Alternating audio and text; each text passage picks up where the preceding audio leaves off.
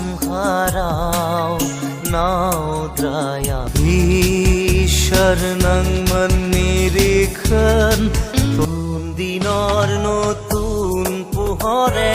khone khone jai bagori jisur namere jisu tumi mor জীবনৰ এই but কলৈ যায় নাজানো কাহানিও এই কথাই अनजाग्रा नायगिरिफोर नोंथांमोना दायो जि देंखोखौ खोनानो मोनबाय आरो बे देंखोआ सोरनि नोंथांमोना मोजाङै मोनथिगौ दा बे खनगिरिया जोंजों लोगोसे गैलिया बियो बुहुमाव गैलिया बियो थैबाय बिथांनि मुङानो जादों जुबिन गार्ग सासे मुंदांखा खनगिरि देंखोगिरि जाया आसामाव थानाय मोनफ्रोमबो हारिनि रावनि मेथाइफोरखौ खनदोंमोन आरो बेजोंनो लोगोसे मोनफ्रोमबो धोरोमनि मेथाइफोरखौबो बिथाङा जेरैहाय नोंथांमोना खोनानो मोनखाबाय आवगायाव आं नोंथांमोननो गुसुं गुसुं खोनासंहोबाय जे जाय जुबिन गार्ग बिथाङा जों ख्रिस्टियानफोरनि थाखायबो बर' रावाव साफ्रोमबो ख्रिस्टियानफोरनि थाखाय खोनाहोदोंमोन आरो एसामिस रावाव गोबां ख्रिस्टियान मेथाइफोरखौ खनदों राभायाव खनदों मिसिंफोरनि गेजेराव खनदों गोबां हारिफोरनि रावफोराव बिथाङा ख्रिस्टियान मेथाइफोरखौबो खनदोंमोन दा बिथाङा जोंजों लोगोसे गैलिया अनजाग्रा नायगिरिफोर बिथाङा माब्रै थैहैखो बेखौ नोंथांमोननो एसे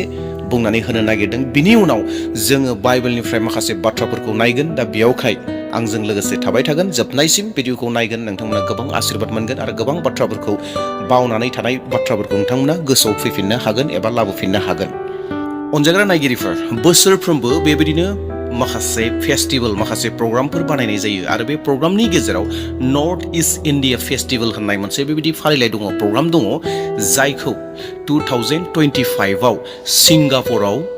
थि खालामनाय जादोंमोन आरो बे फारिलाइया जागोन जाहैबाय 2021 सेप्टेम्बराव 2025 नि सेप्टेम्बर दाननि 20 आरो 21 खालाराव जानो गोनां आरो बेखौ सिंगापुराव थि खालामनाय जाबाय आरो बे फारिलाइयावनो बाहागो लानो थाखाय जुबिन गार्गआ 19 सेप्टेम्बराव थांदोंमोन आरो बिथाङा बे फारिलाइनि थाखाय सासे कालचारेल ब्रेन्ड एम्बासाडर हिसाबै थिसनजानाय सुबुंमोन फारिलाइया जिहेतु जि फारिलाइ नर्थ इस्ट इन्डिया फेस्टिवल बे जाहैबाय 20 आरो 21 आव जानो गोनां नाथाय जिहेतु जुबिन गार्ग बिथाङा एसे एडभान्सै थांग्रोबाय एबा सहैबाय दा बिनि थाखाय गावनि लोगोफोरजों फ्रेन्ड्सफोरजों आरो जेराव सिंगापुरावहाय आसामनिनो गोबां सुबुंफोर दंहैयो बिथांमोनजों लोगोसे बिथाङा मोनसे आइलेन्डआव थाबायहैनायनि थाखाय थि खालामबाय आरो बिथांमोना गासै जयै 16 जन सुबुंफोरा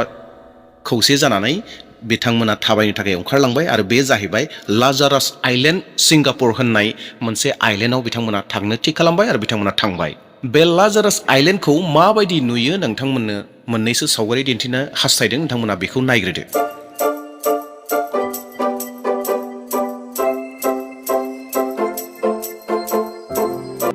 नोंथांमोननो मोननैसो सावगारि दिन्थिबाय माबायदि लाजारास आइलेन्डआ बिउटिफुल माबायदि समायना नुयो गोबां समायना आरो बे जायगायावनो जुबिन गार्गआ थांदोंमोन दुगैहैदोंमन माबायदि बोटआव जुबिन गार्गआ दावबायदोंमोन बेखौ नोंथांमोननो दिन्थिनो सावगारियाव नोंथांमोना नायदो बेबायदि मोनसे नावआव बोटआव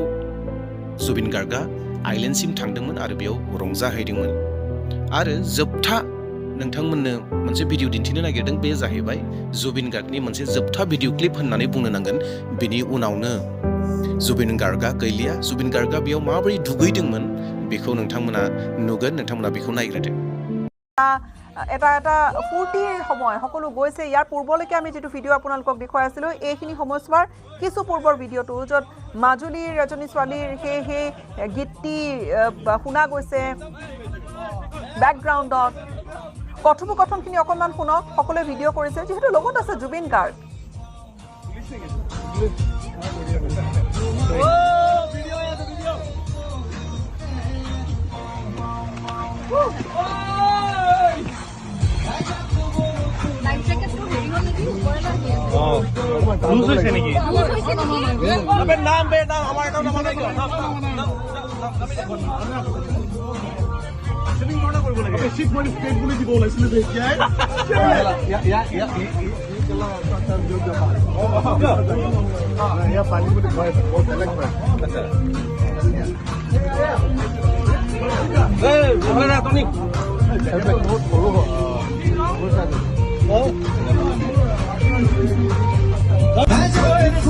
কথাখিনি পুনৰবাৰ শুনক, কোনোবা নামিব লাগিছিল, এগৰাকীৰ কোনোবাৰ মাত এটা ভাহি আহিছে ভিডিঅ'টোৰ বেকগ্ৰাউণ্ডত। জেকেটটো অকণমান ডাঙৰ হৈছে নেকি?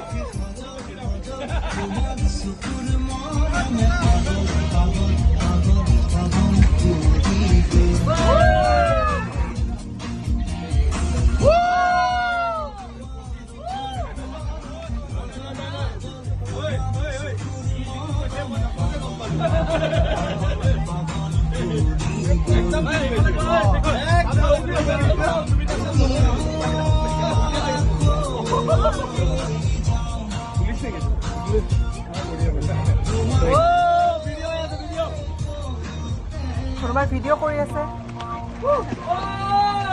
अनजाग्रा नायगिरिफोर, बे जाहैबाय जुबिन गार्गनि जोबथा भिडिअ क्लिप होननानै बुङोब्लाबो गोरोन्थि जानाय नङा,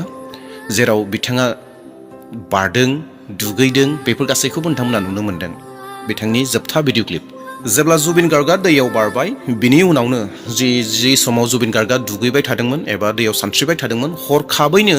बिनि हां लानाया बन्द जादोंमोन आरो बिनि उनावनो बिथांनि गन्थंनिफ्राय आरो खुगाथिनिफ्राय थै एसे ओंखारदों, फेम्फोनाव एसे ओंखारदों होननानै रादाबाव मोनथिहोदों। आरो बिनि उनावनो लोगो लोगोनो दान्दिसे सम मानसिफोरा थर खालामबाय जे जुबिन गार्गनि मोदोमाव एसेबो मोदोमा मावाखै। दा बेयावहाय माखासे लोगोफोरा, माखासे जि बिथांजों दङमोन, बिथांमोना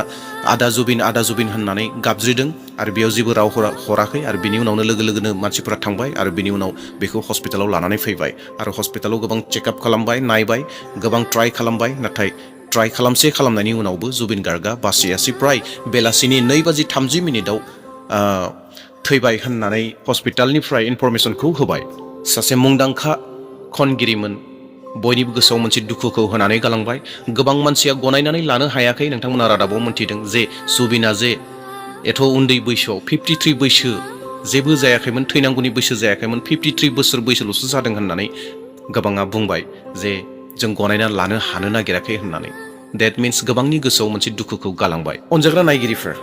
जुबिन गार्गआ जोंजों लोगोसे गैलिया। गोबां दुखुनांथावना बाथ्रा नंगौ, गोबाङा मेगन मोदै बोहैदों, गोबाङा गाबदों, गोबाङा दुखु मोनदों। आंबो गावबो दुखु मोनदों, मानोना जोंनो लागै गोबां ख्रिस्टियान मेथाइफोर खननानै खोनासंहोबाय। बिथांनि खननाय मेथाइयाव जोङो खर' सिमावदों, बिथांनि खननाय मेथाइयाव जोङो गोसोजों मोजां खोनासंदों आरो जों आशीर्बाद मोनदों। नाथाय अनजाग्रा नायगिरि नोंथांमोन, बेखिनियावनो आङो माखासे बाथ्राफोरखौ फिन गोसोखांहोफिननो हास्थायदों। नंगौ, जुबिन गार्गआ गोबां जिसु ख्रिस्ट'नि मेथाइफोरखौ खनबाय, जिसु ख्रिस्ट'नि मुंखौ खोनाबाय, जिसु ख्रिस्ट'नि मुंखौ मेथाइ खननाय समाव गावनि सालायाव, खुगायावबो बियो बुंबाय। नाथाय जानो हागौ बियो जिसु ख्रिस्ट'खौ गोसोजों मोनथियाखसै। अनजाग्रा नायगिरिफोर, जुबिन गार्गआबो हयथ' गोसोआव सानदोंमोन, आं गोबाव सम थांनानै थागोन, आं गोबाव सम थांनानै थाबावगोन, आंहा मावनांगौ गोबां खामानिफोर दंबावो, मिउजिक इन्डास्ट्रिनि थाखाय, फिल्म इन्डास्ट्रिनि थाखाय गोबां खामानिफोर मावबावनांगौ दङ होननानै हयथ' गोबां सानदोंमोन। नाथाय थट मोनस्लाबाखसै, जिउआ माब्ला थांखो जेबो थट मोनस्लाबाखसै। अनजाग्रा नायगिरिफोर, बे जाथायनि गेजेरजों जोंबो बेखौ गोसोखांनांगौ, जोंनि लाइफआ गोबां टेम्परारि, जोंनि लाइफआ गोबां टेम्परारि। बेनिखायनो बाइबेला जोंनि जिउखौ गोबां बेसादफोरजों, मुवाफोरजों रुजुदों। माखासे बाइबेल सिरिफोरखौ नोंथांमोननो दिन्थिनानै होनो हास्थायबाय। जाकब 4:14 नोंसोरनि जिउआ गाबोन मा जागोन बेखौ नोंसोरो मिथिया, नोंसोरो दाखासे उखुन्दै बादिसो, दान्दिसे नुजायो आरो दान्दिसेनि उनाव गोमालाङो। 1 पिटर 1:24 शास्त्रोआव लिरनाय दं, गासै मानसि मानियानो गांसो बादि आरो बिसोरनि समायनायफ्राबो हाग्रानि बिबारफोर बादि, गांसोआ रानलाङो, बिबारा सिरियो। 1 इतिहास 29:15 अ प्रभु, नोङो मिथिगौ, जोंनि बिफाफोरनि समान जोंबो नोंनि मोखाङाव खामि थनाय परदेशिफोर बादिसो, थैनायनिफ्राय रावबो खारग'नो हाया। अनजाग्रा नायगिरिफोर, बे गासै बाइबेल सिरिया जोंखौ माखौ गोसोखांहोयो? बे जाहैबाय थैनायखौ जोंखौ गोसोखांहोयो। जोंनि आखायाव थानाय, जोंनि मोदोमाव थानाय जिथु जिउ दङ, बे जिउआ टेम्परारि गोबां दान्दिसे समनि थाखायल' जों गोबां समाव रंजाफ्लाङो जों गोबां समावहाय बुंफ्लाङो जे जिउआ आंजों लोगोसे गोबाव सम दं आं उनावसो गोसो सोलायगोन आं उनावसो जिसु ख्रिस्ट'खौ नाजावगोन आं उनावसो इसोरखौ नायगिरगोन आं उनावसो इसोरनियाव फैगोन आङो रंजाबावनि आङो गाज्रि खामानि मावबावनि गोबां रोखोमनि बाथ्राफोरखौ बुंनानै जोङो रंजायो आंनियाव गाबोना दंबावो होननानै गोबां मानसिफोरा सानो नाथाय बे बाइबेल सिरिफोरा जोंखौ गोसोखांहोदों गाबोननि समखौ जों जे मोनगोन बेनि जेबो थिरांथा गैया बेनि जेबो सिकिउरिटि गैया अनजाग्रा नायगिरिफोर जोंनि मेगननि देखायाव जि जाथाया जानानै थांबाय जों मैया दाखालिसो जुबिन गार्गनि बाथ्राखौ खोनाबाय थादोंमोन जों नुदोंमोन बिथाङा गिदिर गिदिर स्टेजाव पारफर्मेन्स खालामनायखौ बिथांनि खननायखौ जों नुदोंमोन बिथांनि खननायाव जों रंजादोंमोन गोबां मानसिफ्रा नाथाय दिनै हरखाबै गैलिया मानोना बाइबेला जोंखौ बुंखादों जिउआ गोबां गुसुं जिउआ जोंनि नङा बे इसोरनिसो दा बेयावहाय अनजाग्रा नायगिरिफोर बे जाथायनि गेजेरजों जों बे बाथ्राखौ गोसोआव लानो नांगौ जे जिउआ जोंनि नङा जिउआ जोंनियाव गाबोनसिम थागोन ना थाया जों बेखौ मोनथिया दा बेयावहाय दिनै जा दङ जोंनि आखायाव जि जिउआ दङ जि समा दङ बे समावनो सैथो इसोरखौ नाजावनांगौ सैथो इसोरनि खामानि मावनांगौ सैथो इसोरखौ खुलुमनांगौ सिबिनांगौ संसारनि बायदि नङा नाथाय इसोरनि बायदि सम जों बाहायनि मानोना जिउआ जोंजों लोगोसे थाबाय थाया दिनै जायखौ जोङो खोनाबाय थायो मुंदांखा जायखौ जों नुबाय थायो जुबिन गार्ग बिथाङा दिनै जोंजों लोगोसे गैया बिथांहा जिउआव हयथ' गोबां सिमांफोर दंबावोमोन खामानि मावनो थाखाय जानो हागौ ख्रिस्टियान मेथाइफोरखौ गोबां खनबावगोन जिसु ख्रिस्ट'नि मेथाइफोरखौ आं खनबावगोन होननानै हयथ' गोसोआव सानबाय बायदोंमोन आं सानसे जिसु ख्रिस्ट'खौ नाजावगोन हयथ' सानबाय बायदोंमोन गोसोआव नाथाय बे समखौ बे खाबुखौ बिथाङा मोनफिनाखसै बेसेबांबा गोजान हादोराव सिंगापुराव जिउ गोमाहैबाय बिथाङा हयथ' सानाखैमोन सिंगापुराव जिउ गोमाहैगोन होननानै सानदोंमोन हयथ' आं आसाम जोंनि भारतनि सिङाव थानाय जि आसाम समायना आसाम बे समायना आसामावनो आं जिउ हगारगोन होननानै हयथ' सानबाय बायदोंमोन नाथाय बे खाबुखौबो मोनाखसै जों मोनथिया अनजाग्रा नायगिरिफोर जों जेबो मोनथिया जोंनि जिउनि बिसय जों जेबो मोनथिया राजा जाथों फोरजा जाथों सोरबा धोनि जाथों सोरबा दुखिया जाथों जों जोंनि जिउनि बिसय जों जेबो मिथिया जों बेखौल' मोनथिगौ बाइबेला जोंनो बेखौल' मोनथिहोदों जिउआ दिनैल' दङ दानोल' दङ दा बेयावहाय नायगिरिफोर बे गासै जाथायफोरखौ नुनायनि गेजेरजों जों लागारबो गोसोआव लानो नांगौ जिउआ दिनैल' दं दा बेयावहाय जि समखौ मोनदों जों इसोरखौ खुलुमनांगौ इसोरखौ सिबिनांगौ आरो जिसु ख्रिस्ट'खौ नाजावनांगौ मानोना जिसु ख्रिस्ट'आनो जोंनि जिउनि सुरक्षा आरो अरायनि जिउखौ होनो हाग्रा दे अब्ला अनजाग्रा नायगिरिफोर दुखु नांदों जिहेतु बयनिबो गोसोआव मोनसे राज खालामनानै दङमोन बयनिबो गोसोआव जुबिन गार्गआ दङमोन बयबो दुखु मोनगोन बिथाङा जे नागारनानै थांबाय